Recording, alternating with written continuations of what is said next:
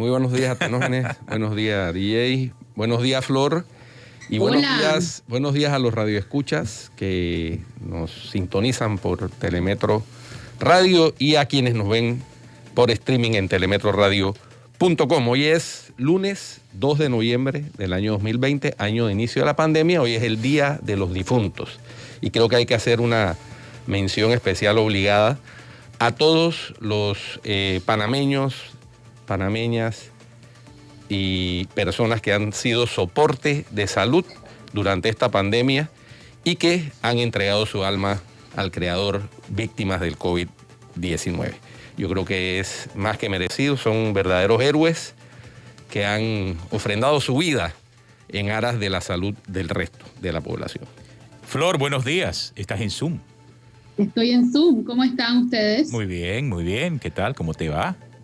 Más bien. Qué Este bueno. fin de semana no estaba tan activo, pero ayer vi hisopados en la Interamericana. Sí, o sea, eran voluntarios, pero obligados, o sea, era voluntario obligatorio. Pero entrevistamos a la gente y la gente no se sentía obligada a hacérselo. Demora 20 minutos el hisopado rápido. No es tan profundo como el que normalmente se hace y da una idea más o menos a las autoridades de salud para poder saber si la persona tiene o no tiene COVID. Sí, ayer en varios puntos encontraron casos que salieron positivos, ¿no? Particularmente los medios de comunicación dieron cuenta de 2 casos en la entrada de Veracruz. No es en la playa propiamente dicha, sino en la entrada del... Pero miren las cosas. Área de Veracruz. No sé si vieron el noticiero. Miren lo que ocurre. Estaban haciendo los hisopados ahí en Veracruz, pero se les olvidó hacer los hisopados en Natá. El alcalde de Natá organizó una reunión política en donde había supuestamente figuras de CD, figuras de otros partidos políticos allí. Había hasta una diputada supuestamente. Y dice el alcalde que, porque es que lo acusaron los vecinos de que había una reunión de 300 personas. Dice el alcalde, no eran 300, eran 60. Sean 300 o sean 60, gente que no está en una comunidad pequeñísima allí en Natá. O sea, había una sola calle y de tierra, en una casa reunidas más de 60 personas que no pertenecen a esa burbuja de esa comunidad. Y el alcalde pues dice que sí, que estaba allí, que habían 60. Lo que sospechoso era que habían hasta carros de policía en el área. Allí no hicieron hisopado. No, Nuevamente las autoridades violando las normas que son para todos. Sí, ¿Con qué autoridad moral luego van a decir te fuiste a la playa con 8 personas en vez de con 7? Ni control del registro máximo, de la capacidad máxima de reuniones permitidas, que es de 10 personas, guardando las medidas de bioseguridad, respetando el llamado a que sea la burbuja familiar, etcétera. Allá fue la burbuja política. Exacto. Pues. Entonces esa parece que tiene otras connotaciones y otras restricciones distintas a las del resto de los mortales. Es que ese es el ejemplo que nos está dando. O sea, si estás haciendo hisopado en la entrada de la playa, hazle hisopado al alcalde de Natá, que también está organizando su reunión política. O sea, ¿cuál es la diferencia? ¿O es que el COVID se va para la playa y no se va para las reuniones políticas? Está en todos lados. Y otra cosa que me llama la atención, Atenógenes, por más que se diga, siempre se dice que en Panamá la campaña dura 5 años. Hoy está como muy temprano para estar haciendo este tipo de reuniones, porque no creo que ningún partido tenga ahora mismo en su agenda, por lo menos hasta fin de año, ningún tipo de movimiento o actividad de carácter electoral interna. El único que tiene eso es el Partido Popular. Entiendo que en noviembre van a celebrar su congreso para elegir nuevas autoridades. Pero esta reunión era del cambio democrático, es decir, las huestes de Rómulo Rux, e incluso se menciona que había personalidades del gobierno, ¿no? Eso es lo extraño. No había nadie había gente del gobierno y de CD. Recuerda que ahora están haciendo los movimientos para ver quién se va para el partido de Martinelli y quiénes no. O sea que ellos tienen un movimiento interno interesante. O sea que la reunión era para irse al partido de Martinelli. No, ¿es verdad? No, yo no sé, yo estoy diciendo que no tienen una actividad formal interna, pero que tienen algo andando por ahí, pues. Y no son momentos tranquilos. Si uno analiza con algo de malicia la propuesta del diputado Bolota de eliminar la revocatoria de mandato y la suma con estos otros escenarios, uno puede ver, ir atando cabos, ¿no? De Como que quizás algunos quieren saltar. Así es, y que no les caiga la revocatoria de mandato, porque eso es lo que mantiene a mucha gente en algunos de esos partidos que tienen eso como una espada de Damocles sobre aquellos que se presentan con algún tipo de intención de rebeldía o de transfugismo. Sí, el asunto es a dónde saltan. Uno de los que está en la mesa y es que van a saltar al partido realizando meta del señor Martinelli. Pues esa es una de las ideas que existe por ahí en el ambiente, de que varios diputados del partido de gobierno y también del Cambio Democrático quieren darle el salto. Muy interesante. Hay que ver si quieren dar el salto de verdad. Oye, entonces, todo listo para mañana. Flor, vi el programa, muy interesante el programa, la entrevista a Carlos Chirino, y me imagino que ya estás convencida de quién va a ganar las elecciones. No, y el bullying a distancia es doble pecado, para que lo tengas claro. Cyberbullying. Cyberbullying cuenta doble. Pero ahora vamos a ver, porque no sé, ahora vamos a tener invitados justamente a Carlos Chirinos nuevamente. Él es el editor político de Univisión. A ver qué nos cuentan. Oye, no sé también si vieron el tema del diálogo nacional. El gobierno la semana pasada convocó a los dirigentes de los partidos políticos. Y lo último que hay dos cosas importantes sobre la mesa. La primera, de que no hay tema. O sea, se va a crear una gran plataforma para que la gente envíe sus temas. Digo, siglo XXI, dicen ellos. Y segundo, que el PRD está muy preocupado, y así se los hizo saber a los dirigentes de los partidos políticos, por sus elecciones internas. Entonces, es el diálogo, o sea, las elecciones internas. Eso fue lo que dijo el señor Blandón, que así plantearon en la reunión, lo que me parece a mí un poco extraño. ¿Están pensando en elecciones internas del PRD cuando estamos viviendo la crisis más grande de este país y del mundo? No entiendo. Yo no sé, yo no le veo mucho futuro a ese diálogo, pero precisamente por la falta de claridad y de estructurarlo correctamente. O sea, los temas son tales, vamos a hablar de tal. Eso abramos a ver qué sale, luego bastante... Agenda abierta. Eso no parece en principio muy serio, porque de agenda abierta puede salir cualquier cosa. Y yo creo que hay unanimidad y consenso nacional sobre los principales problemas, porque esos problemas son los mismos que nos agobian desde hace décadas. Entonces, prácticamente desde el retorno a la democracia en 1990 son los mismos temas los que están en la agenda. Que hay unos que se han exacerbado en los últimos años, sí, la estructura del poder, la manera de elegir los diputados, la manera de elegir los magistrados, qué sé yo, ponerle límites a las facultades del presidente, es decir, convertir a Panamá en una verdadera república democrática.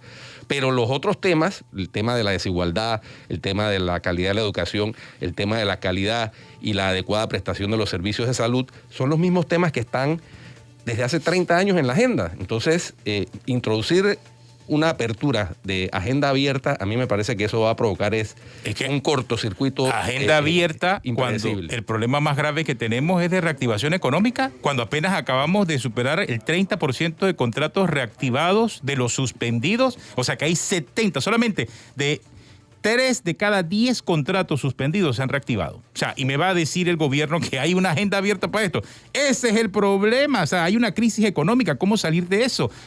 Hayan opciones alternativas, eso más el tema del seguro, que supuestamente iba a ser parte del diálogo, pero por lo visto tampoco, o sea, no sé.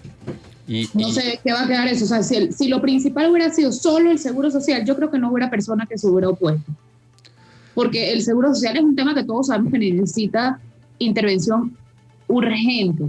Pero cuando tú ves que no está ahora lo del seguro, es tema abierto, y cada quien aquí tiene sus intereses particulares, o sea, yo no creo que eso va a resultar en mucho. Sería de verdad el primer diálogo que resulte. Ese es el tema. El tema es que cuando tú tienes una agenda abierta, cada grupo, cada sector, cada partido va a tratar de llevar los temas que le interesan a ese grupo, sector o partido, y no necesariamente los temas de interés nacional, que es la oportunidad que todos anhelamos se dé. En medio de la pandemia hay el escenario ideal para esa crisis convertirla en la oportunidad de transformar a Panamá de cara a la nueva realidad y a la reactivación económica urgente y necesaria después de las consecuencias de la cuarentena y de la pandemia.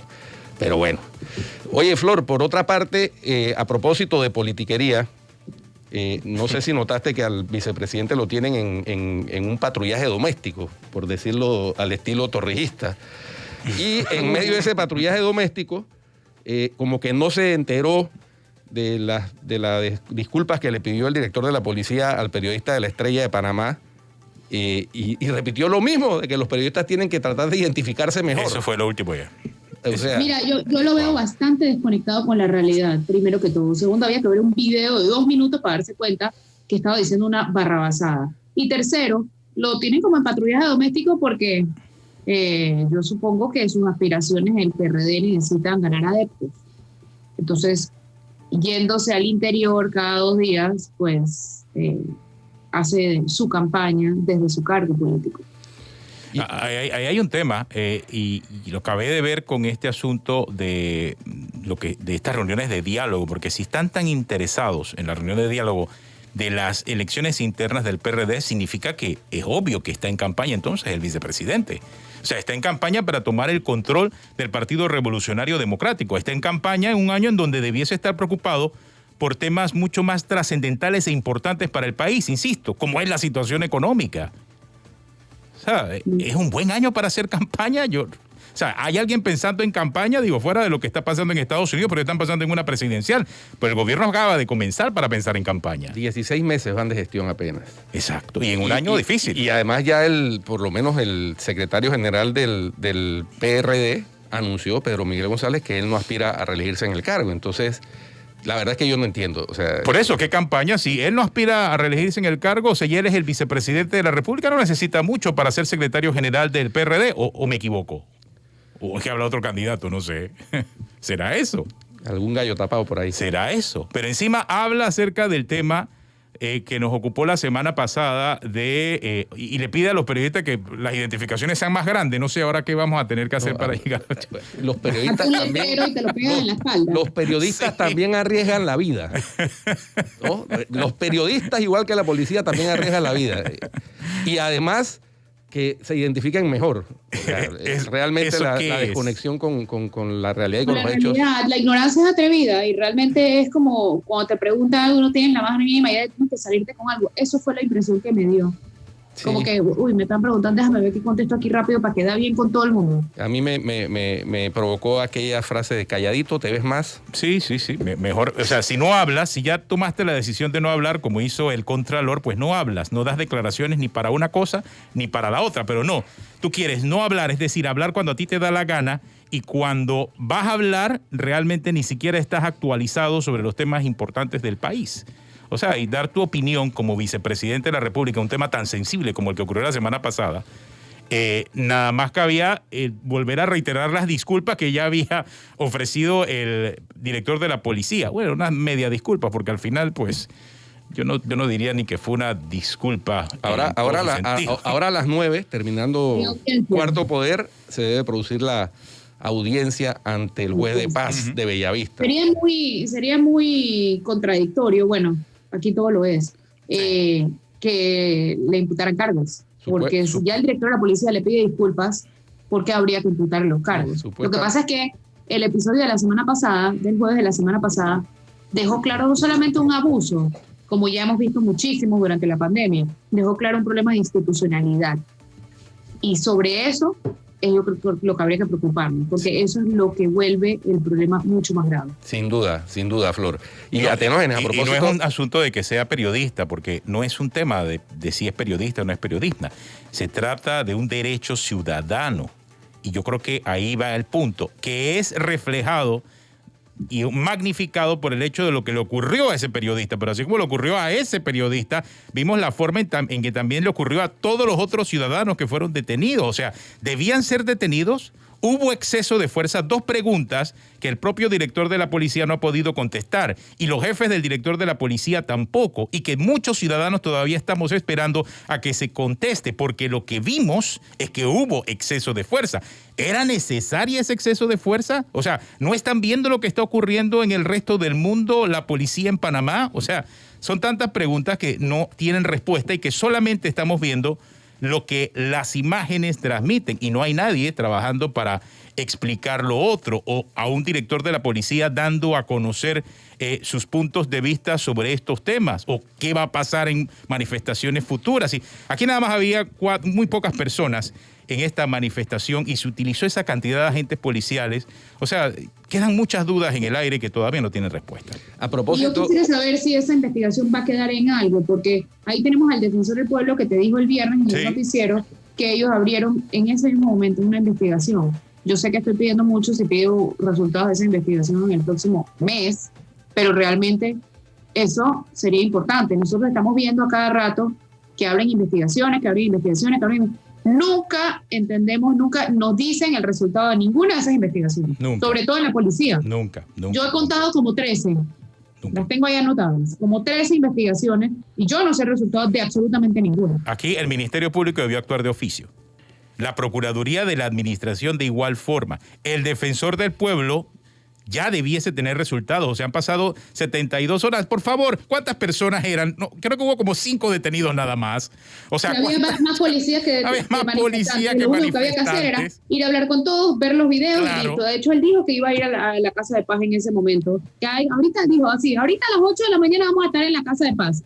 Exactamente. O sea, ¿qué más había que hacer? No es una investigación exhaustiva. Exacto, por favor, se está pidiendo que haya voluntad en este tipo de cosas y no, insisto, no es porque hay un periodista involucrado, es por un derecho ciudadano, el derecho a la protesta. Yo también creo que hay que estar claro de que lo del periodista es grave, pero lo de los demás manifestantes es igual de grave. Exactamente. Y minimizarlo al periodista, como he visto en otros lados, o sea, yo por supuesto solidaridad y absolutamente, Flor, pero no es el único. Y no es el único y me parece importante destacar eso. Y no nos extraña que mañana, que en Ginebra, se celebra el examen periódico universal, que es el examen que se hace cada 5 años sobre la situación de derechos humanos en los países. Mañana es el turno de Panamá, entre otros países que van a ser revisados, y se revisan las recomendaciones que se hicieron hace 10 años, hace 5 años, y el estado del cumplimiento de esas recomendaciones. No nos extrañe que, aparte de la discriminación, que todavía tenemos cosas por corregir en nuestro país sobre trato discriminatorio a mujeres, a indígenas, a personas LGTBQI, a personas con situación de vulnerabilidad, se sume ahora, porque es desafortunada la coincidencia, esta violación que se está dando de derechos humanos en medio de la pandemia, y además porque se ha dado en otras latitudes y se está revisando el actuar de los policías en medio de la pandemia en otras latitudes también. Recordemos el caso de George Floyd en Estados Unidos, el caso del señor Ordóñez en Colombia, un resultado muerte por el abuso policial. Aquí afortunadamente no ha sucedido, no nos hemos enterado de ningún caso en donde haya habido un resultado de muerte, pero sí llama poderosamente la atención con toda seguridad, y esto le dio la vuelta al mundo, el arresto del periodista Cajar de La Estrella y de los otros 5 personas que se manifestaban ejerciendo el derecho a la protesta pacífica. Es que si no se controla, Flor lo dijo el viernes, muy certero. Un día se le sale un tiro a alguien y eso es lo peligroso. Un día se le sale un tiro a alguien. Hablando de episodios confusos, ¿vieron el del funcionario de la Asamblea, el arresto del funcionario de la Asamblea el viernes? Sábado, viernes. Sí, correcto. La primera información que circuló en redes sociales, debo decirlo, no confirmada, era que se trataba de un escolta del presidente de la Asamblea. Luego la Asamblea se apresuró a desmentir tal cuestión, lo cual es sospechoso, digámoslo así, porque la persona sí trabajaba, eran 2 personas detenidas con 32 paquetes de droga, y uno de ellos era funcionario de la Asamblea, y era funcionario de seguridad de la Asamblea.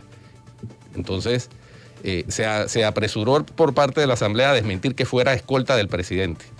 Bien, tenemos una pausa porque ya regresamos con Carlos Chirinos, editor político de Univisión, para analizar el tema de las elecciones en Estados Unidos. Quédese con nosotros, esto es Cuarto Poder.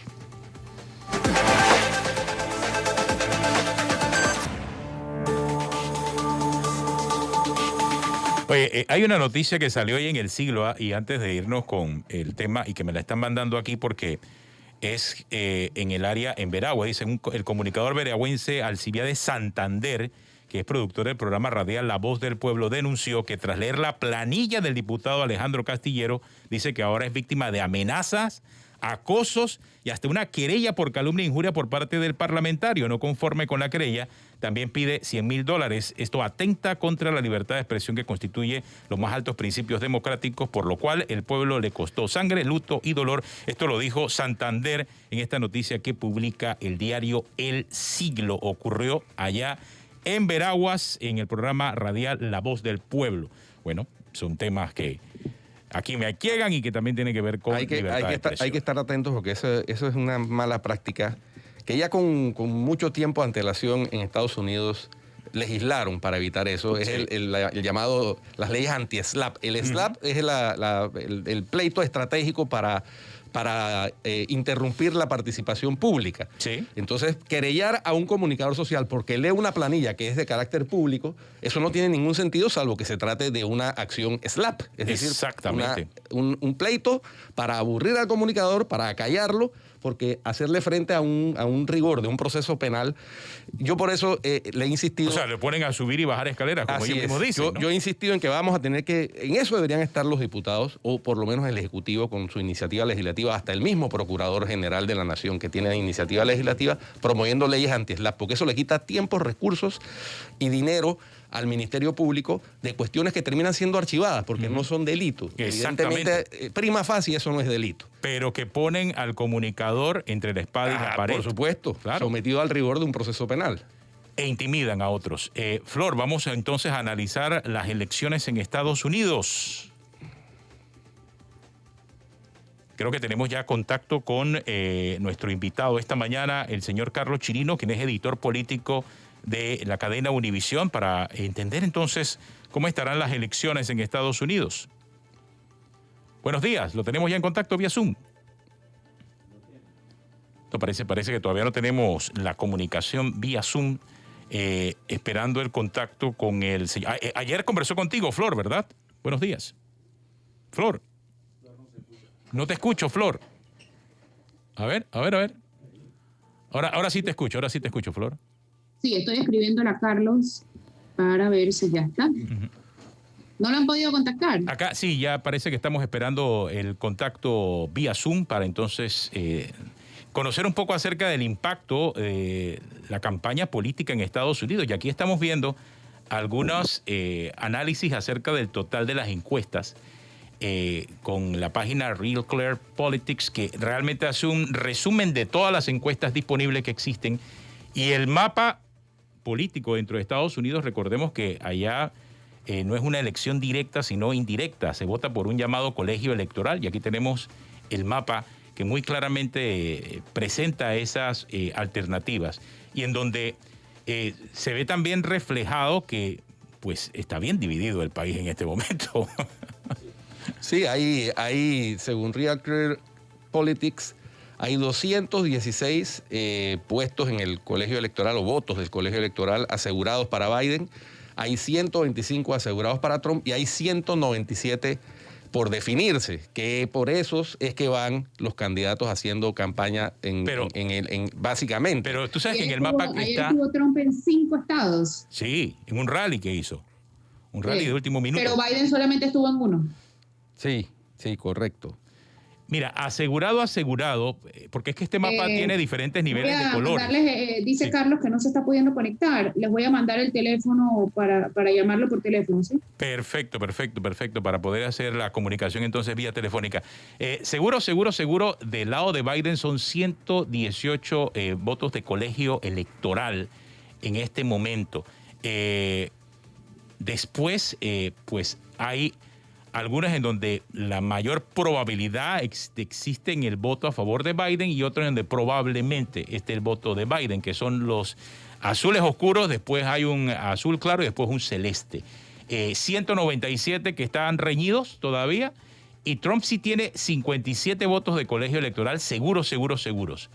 35 quizás y 33 probablemente. Más o menos eso es lo que distingue este mapa de Real Clear Politics. Ahora, el favorito indiscutible según las encuestas, y hago la aclaración, no son solo encuestas nacionales, son encuestas también estatales, locales, que es porque por el sistema de colegios electorales allá se hacen ese tipo de encuestas. El favorito sin duda es el ex vicepresidente Joe Biden.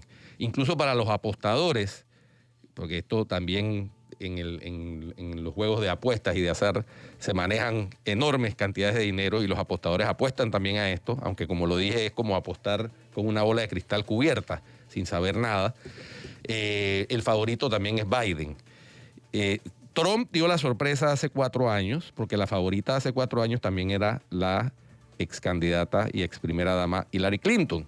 Sin embargo, las circunstancias ahora, entre otras cosas por la pandemia y por las graves consecuencias que ha tenido la pandemia, por el manejo errático que se le achaca al Ejecutivo de Estados Unidos, al presidente Trump, solamente ayer o antier dio una declaración muy polémica diciendo que la culpa del COVID era de los médicos porque los médicos ganan más cuando dan un reporte de que se murió la persona de COVID-19 que si se murió de otra enfermedad concurrente, y eso le cayó encima incluso a la Sociedad Médica Nacional de Estados Unidos, que es un gremio muy poderoso. Entonces, ese manejo errático le ha costado, y uno ve que al principio de la carrera política, Trump lideraba sobradamente las encuestas, y sin embargo ahora se le volteó la tortilla. Y Biden es el que va liderando, pero de lejos, a nivel nacional, por más de 10 puntos. No, y lo último fue lo que escribió la página Axios.com sobre una supuesta información que ellos recibieron de Donald Trump acerca de cuándo y en qué momento iba a declararse victorioso. Y decía Donald Trump, según la página Axios, que lo haría apenas él viera cierta tendencia, iba a aparecer en un podio y decir que él ganó. Claro, ahora dice Donald Trump que esta información pues no es cierta, pero según la página Axios se le dio a personas de confianza. Dice que subiría a un podium a declararse vencedor si parece que está encabezando los recuentos. Hoy Trump dice que es falso, que esté planeando alzarse vencedor antes de que los resultados confirmen su victoria, como reportó Axios. Ese manejo de información del presidente Trump es lo que ha caracterizado toda su gestión como presidente de Estados Unidos. Es que, Flor, a propósito del bullying, si hay alguien que se ha caracterizado durante estos 4 años por ser una persona que hace bullying, incluso por Twitter permanentemente, es el presidente Trump. El viernes, una caravana de los demócratas con un bus que iba identificado con los logos y la propaganda de Biden-Harris, es decir, los dos candidatos a presidente y vicepresidente del Partido Demócrata, fue interceptado en una autopista en Texas por seguidores armados hasta los dientes de Donald Trump, que iban también identificados con sus banderas y sus cuestiones. ¿Y qué tuiteó Trump minutos después de que sucedió el incidente y se divulgó el incidente? Tuiteó que él ama a Texas. O sea, es exactamente lo contrario de lo que debe ser un presidente. Entonces, yo creo que eso le está pasando la factura a Trump. El haber llegado como un outsider le significó un beneficio en las elecciones pasadas por agotamiento natural de los electores norteamericanos con la clase política, qué sé yo, todo lo que quieran, después de 8 años de gobierno demócrata, todo lo que se quiera decir.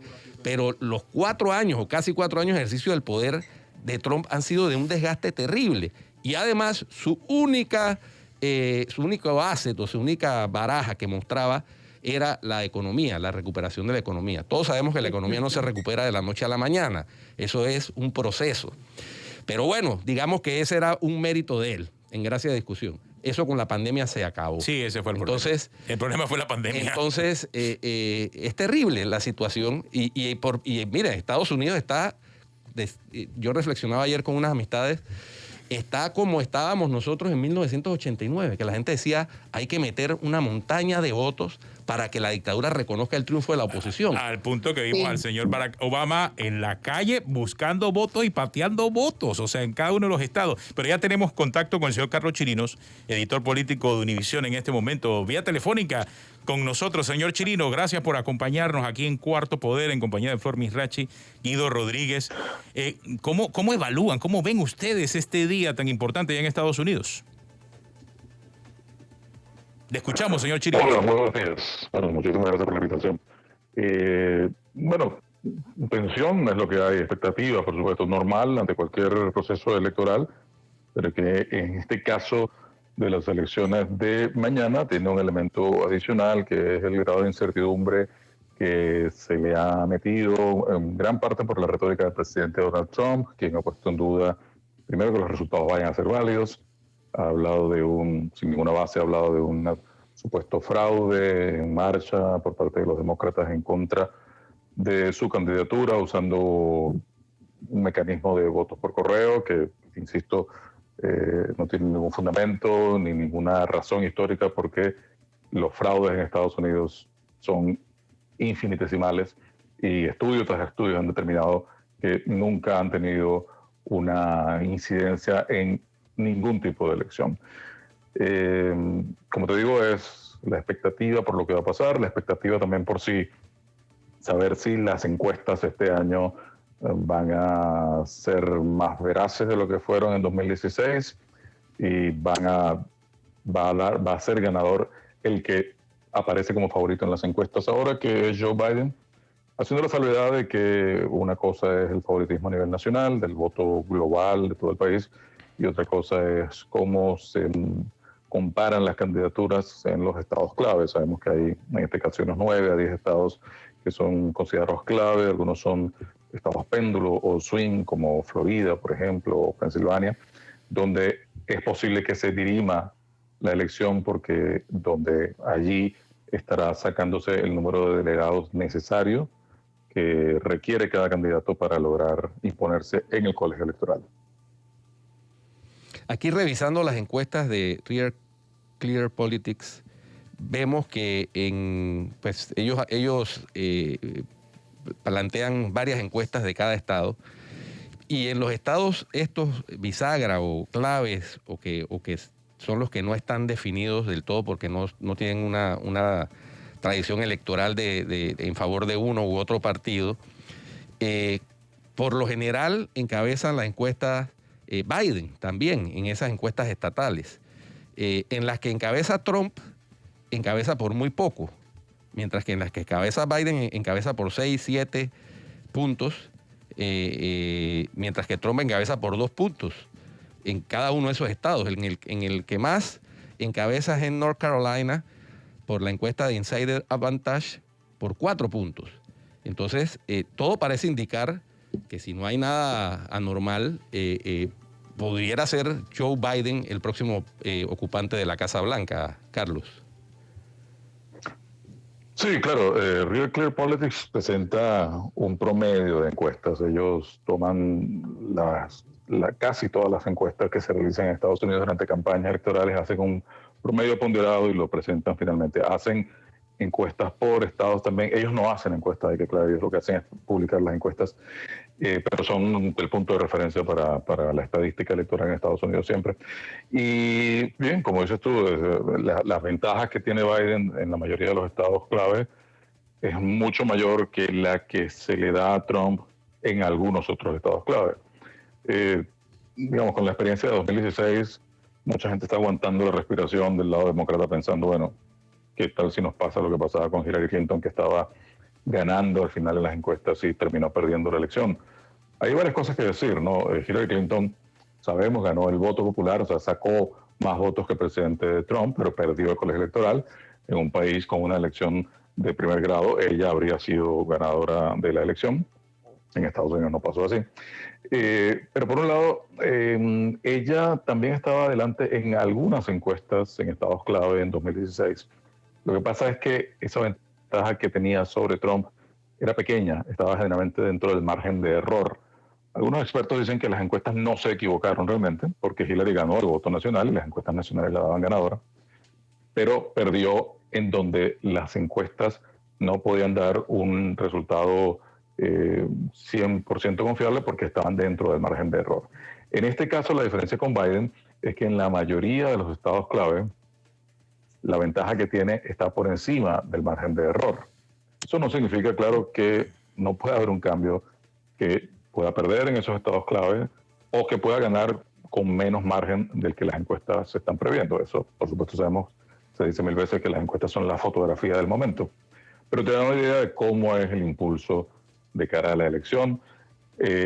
Otra cosa, correcciones que se han tomado en los últimos años con relación al sistema, a la metodología de encuestas, Los encuestólogos han variado la manera como despedazan a la población para meterla en sus categorías de análisis. Hay muchas más encuestas.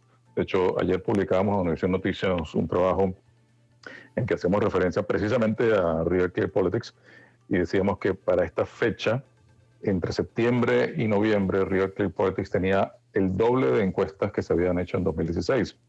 Los expertos en manejo de opinión pública dicen que eso simplemente, sobre todo cuando son encuestas ponderadas, eso lo que hace es que reduce el margen de incertidumbre de esos estudios. Mientras más encuestas van indicando las mismas tendencias, bueno, pareciera entonces que sí, que la tendencia se sostiene. Pero la encuesta y la encuesta verdadera es la de mañana o la de los próximos días, porque sabemos también que la elección no se termina necesariamente mañana, pero la que ha estado haciendo, de hecho, los electores estadounidenses desde las últimas semanas con su voto anticipado, y el resultado final será el que determine quién es el ganador. Carlos, el voto anticipado también, y obviamente impulsado por la pandemia, me imagino que por el temor de las personas a introducirse el día martes, mañana, en recintos cerrados, que son los recintos electorales, ha roto todos los récords o el número de votantes de las elecciones anteriores. Los analistas señalan que, por lo general, en condiciones normales, los que más votan utilizando el voto por correo o voto anticipado son los que están registrados o se registran como miembros del Partido Demócrata. Por la pandemia hay quienes dicen que eso puede haber variado, que en esta ocasión puede darse un número muy semejante entre registrados demócratas y republicanos. Sin embargo, hay quienes analizan las cifras y dicen que sí puede ser que haya más participación republicana en esta ocasión, pero que sigue siendo mayoritaria la demócrata e incluso la independiente. ¿Qué nos puedes decir sobre eso? Bueno, según los datos que arroja el estudio que lleva la Universidad de Florida en su Elections Project, que se ha convertido también en la referencia para ir haciendo el monitoreo del voto anticipado. Bueno, primero es cierto, hay una participación como nunca antes. Hasta ahora ha votado 100 millones de personas. Eso es el 65% de las personas que votaron en 2016. En estados como Texas, por ejemplo, hace ya 3-4 días se superó el número de votantes totales que hubo en 2016. O sea que Texas y otros estados van rumbo a romper récords de participación en estas elecciones. Bueno, aquí en Estados Unidos algunos estados llevan la clasificación del votante según sea demócrata o republicano. En otros estados eso no hace falta decirlo. Hay gente incluso que no lo dice si no lo quiere. Hasta ahora se han depositado más votos de demócratas que de republicanos. ¿Eso qué nos dice hasta ahora? Bueno, sí, los demócratas por alguna razón se han sentido más compelidos a salir a llevar sus votos en persona. Muchos de ellos lo han hecho por correo, pero muchos lo han hecho en persona, en buzones o en mesas electorales habilitadas anticipadamente. Y no significa que todos los que están registrados como demócrata voten demócrata, por supuesto, ¿no? Es claro que la mayoría lo hará, pero estadísticamente es imposible determinar qué porcentaje hasta ahora lo haya hecho demócrata o republicano. En cuanto a la participación republicana, bueno, una de las estrategias que muchos creen que va a pasar, es que haya el martes un aumento de la participación republicana, porque los seguidores del presidente Trump le habrían hecho caso y habrían preferido, en vez de usar el voto por correo, ir a votar por persona. No lo habrían hecho anticipadamente. Ahí sí estaba difícil de entender por qué no lo habrían hecho, porque estaban a su disposición a hacerlo. Pero bueno, una de las estrategias del Partido Republicano, una de las esperanzas de muchos dentro del Partido Republicano, es que la votación de mañana se vuelquen muchos republicanos a los centros de votación. Hay una cosa que va en contra de que podría desmontar esas esperanzas republicanas, y el hecho es que muchos de estos estados, muchos de los estados donde el presidente Trump fue fuerte en 2016, están teniendo un registro de aumento de casos de coronavirus bastante agudo, y también la población de mayor edad en muchos de esos estados favorece a los conservadores, podría abstenerse de ir a votar en persona. hay varios factores imponderables en el aire que complican hacer un análisis de qué puede pasar mañana, de quién va a votar cómo. Pero, bueno, la votación final, déjame insistir otra vez en el tema, nos aclarará todo eventualmente. No sabemos si será mañana en la noche, el miércoles o la semana que viene, pero un resultado final habrá. Carlos, lo conversamos ayer en el programa también, pero me gustaría abordarlo nuevamente porque son audiencias diferentes. ¿Cuál sería la diferencia para América Latina de ganar Biden o de ganar Trump? Hola, no escucho, creo que hay un problema con el audio, no escucho lo que me están preguntando. ¿Nos escuchas acá ahora sí, Carlos? Ahora sí. Sí. No, te preguntaba acerca de si hay una diferencia entre si gana Biden o si gana Trump. Es la pregunta que hace Flor Misrachi. Lo que pasa es que está vía Zoom, quizás por eso no escuchas. Ya, una diferencia en el manejo de las políticas de la Casa Blanca seguramente la va a haber. La gran diferencia está en los enfoques que hay hacia el medio ambiente, inmigración, manejo de la pandemia, que es el tema principal en estos días. Y se nos fue Carlos. Sí, parece que tuvimos problemas con Carlos. ¿Aló? Estamos en... perdón, pensé que me estaban preguntando lo que escuché, lo que estaba hablando. Te estamos escuchando. Sí, te estamos escuchando. Te estamos escuchando, sí, adelante.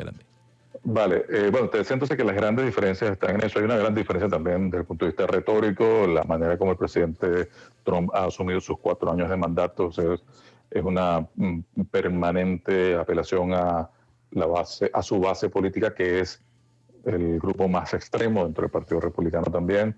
Hay un discurso divisivo permanente desde la Casa Blanca, aunque la Casa Blanca, por supuesto, no acepta que eso sea así y asegura que las divisiones vienen de los medios de comunicación y del Partido Demócrata, que no aceptan el triunfo de Donald Trump en 2016. Hay varias diferencias de forma, más que nada en personalidad, diría yo. Este avance de los intereses conservadores en la judicatura, a través de la Corte Suprema y las diferentes cortes, también seguramente va a haber una gran diferencia allí, porque se va a paralizar esta población que ha hecho el presidente Trump de cortes federales con jueces de tendencia conservadora.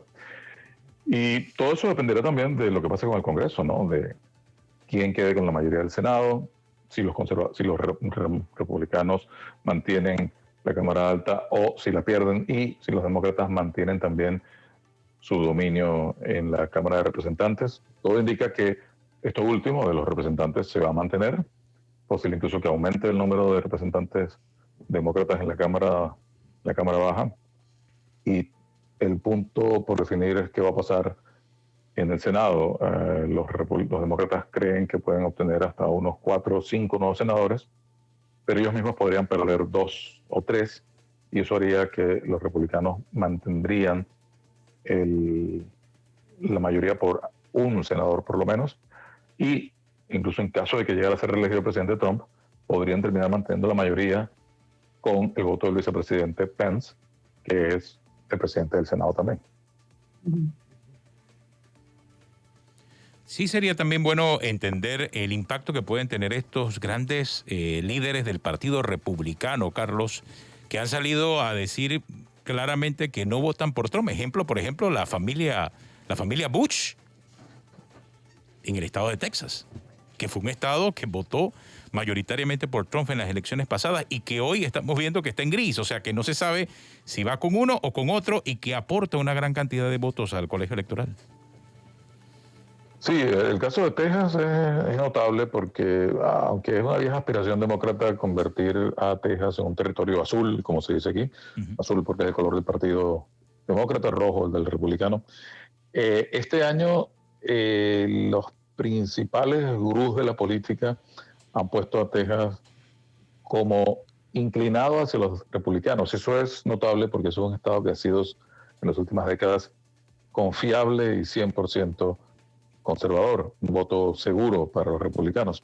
En esta ocasión hay algunas encuestas incluso que han dado a Biden por encima de Trump, siempre dentro del margen de error, pero habla mucho de cómo ha ido avanzando el Partido Demócrata en ese estado. Por lo que decías de los republicanos no con Trump, los que activamente están en contra, podemos decir que lo que hemos visto en estos últimos meses es la decantación de un proceso que empezó en 2016. Muchos republicanos tradicionales, representantes del partido, no veían en Trump a una persona que compartiera los valores de los republicanos, a pesar que desde el gobierno ha adoptado políticas que han sido satisfactorias al menos para el liderazgo republicano en la Cámara del Senado. Pero muchos, no solamente por la cuestión política, sino por lo que hablan, por lo que ellos definen como el discurso tóxico, divisionista, sus veleidades autoritarias, sus irrespeto a la institucionalidad, ese tipo de cosas ha apartado a muchos de estos republicanos tradicionales del partido, y este año no se han conformado con simplemente ser un grupo de oposición silencioso, que se han activado en grupos importantes. El más importante de ellos es el Lincoln Project, que activamente promueve la candidatura de Joe Biden. Ellos dicen que aunque tienen muchísimas diferencias políticas e ideológicas con Biden, comparten la idea de que la nación necesita un presidente que unifique y no que divida desde la Casa Blanca. Ellos al final lo que dicen es, bueno, Biden es demócrata, pero con Biden se puede hablar. Ellos encuentran que con Trump no han podido hablar, pese a que Trump se supone que representa el partido que ellos integran. Pero sabemos cómo el presidente Trump ha ejercido cada vez más un estilo político personalista en el que no presta demasiada atención a sus asesores y termina rodeándose por asesores que simplemente ratifican lo que piensa él o lo que él quiere hacer. Y en ese sentido, bueno, es también una anomalía en la política estadounidense, porque aunque el presidente tiene muchísimo poder, por supuesto, siempre se ha cuidado de contar con la asesoría de expertos en diferentes áreas, que son los que terminan conformando las políticas públicas en Estados Unidos, no solamente en la Casa Blanca, sino en los diferentes departamentos en los que se divide la administración. Bueno, muchas gracias, Carlos, por tu tiempo, por tu espacio. Carlos Chirino, quien es editor político de la cadena Univisión, aquí conversando con nosotros en Cuarto Poder. Tenemos una pausa. Ya regresamos. Gracias, Carlos.